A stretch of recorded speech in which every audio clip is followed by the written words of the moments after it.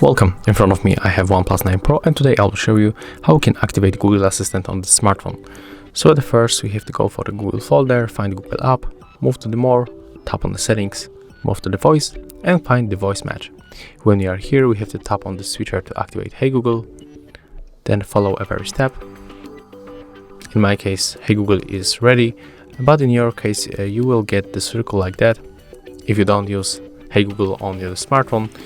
And you have to say OK Google for the 2 times and then Hey Google also for the 2 times. Hey Google, Hey Google, then just simply click next. As you can see, it's finished. Right now we can activate our assistant when you say Hey Google or OK Google. And if you find this video helpful, remember to leave a like, comment and subscribe to our channel.